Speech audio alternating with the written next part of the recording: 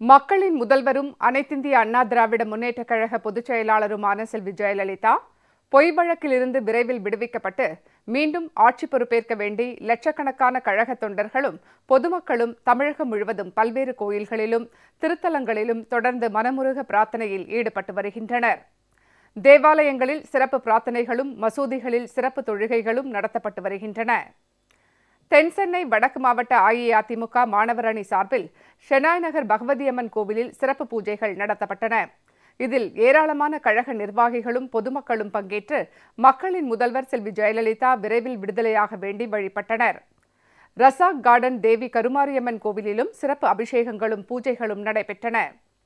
ஆலந்தூர் நகர கழகம் சார்பில் காந்தி நகரில் உள்ள பெரியபாளையத்தம்மன் கோவிலில் 108 பெண்கள் பங்கேற்ற விளக்கு பூஜையும் தொடர்ந்து சிறப்பு பிரார்த்தனையும் நடைபெற்றது. இதனையொட்டி அம்மனுக்கு சிறப்பு அபிஷேக ஆராதனைகள் செய்யப்பட்டன. இதில் ஏராளமான கழக நிர்வாகிகளும் தொண்டர்களும் பங்கேற்றனர். சேலம் மாவட்டம் வீரபாண்டி தொகுதிக்குட்பட்ட கஞ்சமலையில் பிரசித்தி பெற்ற சித்தர் கோயில் அமைந்துள்ளது. இக்கோயிலில் மக்களின் முதல்வர் செல்வி ஜெயலலிதா விரைவில் விடுதலையாகி மீண்டும் ஆட்சி பொறுப்பேற்க வேண்டி நேற்று காலை முதல் மாலை வரை ஆயிரக்கணக்கானோர் தங்கள் முடி காணிக்கை அளித்து சிறப்பு வழிபாடு மேற்கொண்டனர். இதில் அஇஅதிமுகவினர், பொதுமக்கள் உள்ளிட்டோர் பங்கேற்றனர். தொடர்ந்து சிறப்பு அபிஷேகங்களும் ஆராதனைகளும் நடைபெற்றன.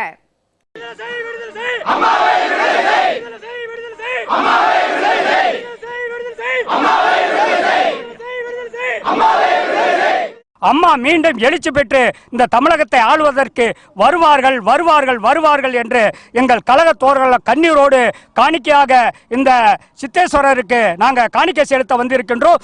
திருவள்ளூர் மாவட்டம் கும்மிடிப்பூண்டி பவானி அம்மனுக்கு மஞ்சன் காரணையிலிருந்து 1008 பெண்கள் பால்குடங்கள் எடுத்து வந்து பாலபிஷேகம் செய்தனர். அரியத்துறை ஸ்ரீ வரமூர்த்தீஸ்வரர் ஆலயத்தில் கணபதி யாகம், மகா ருத்ர யாகம், மகாலட்சுமி யாகம் உள்ளிட்ட பல்வேறு யாகங்கள் நடத்தப்பட்டன. தமிழக ஆந்திர எல்லையான சுருட்டப்பள்ளியில் உள்ள பள்ளிகொண்டேஸ்வரர் ஆலயத்தில் மகாருத்ர யாகம் உள்ளிட்ட பல்வேறு யாகங்கள் நடைபெற்றன. இந்நிகழ்ச்சியில் ஏராளமான கழக தொண்டர்கள் மற்றும் பொதுமக்கள் உள்ளிட்டோர் கலந்து கொண்டனர். வேலூர் மாவட்டம் சத்துவாச்சேரியில் உள்ள தனியார் செவிலியர் பள்ளி மாணவிகள் மக்களின் முதல்வர் செல்வி ஜெயலலிதா விரைவில் விடுதலையாக வேண்டி மெழுகுவர்த்தி ஏந்தி கூட்டு பிரார்த்தனையில் ஈடுபட்டனர். பாலாற்றங்கரை ஸ்ரீ செல்லியம்மன் கோவிலில் சிறப்பு அபிஷேகம் மற்றும் பூஜைகள் நடைபெற்றன. தொடர்ந்து கூட்டு பிரார்த்தனையும் நடத்தப்பட்டது. அஇஅதிமுகவினர் வெள்ளி தேர் இழுத்து கோவிலை வலம் வந்து சிறப்பு பூஜையில் பங்கேற்றனர். அரக்கோணம் அருகே உள்ள வளர்புரம் ஸ்ரீ நாகேஸ்வரர் ஆலயத்தில் பாசுபதஸ்ர யாகம் நடைபெற்றது. நெல்லை குறுக்குத்துறை சுப்பிரமணிய சுவாமி கோயிலில் சிறப்பு கூட்டு வழிபாடு நடைபெற்றது. இதில் கழக நிர்வாகிகள், தொண்டர்கள், பொதுமக்கள் உட்பட ஏராளமானோர் கலந்து கொண்டனர். பாளையங்கோட்டை ஹை கிரவுண்டில் பள்ளி மாணவிகள் சிறப்பு வழிபாடு நடத்தினர். திருவண்ணாமலை மாவட்டம் ஆரணியில் உள்ள தர்காவில் ஏராளமான இஸ்லாமிய பெருமக்களும் கழக நிர்வாகிகளும் கலந்து கொண்டு சிறப்பு தொழுகை மேற்கொண்டனர்.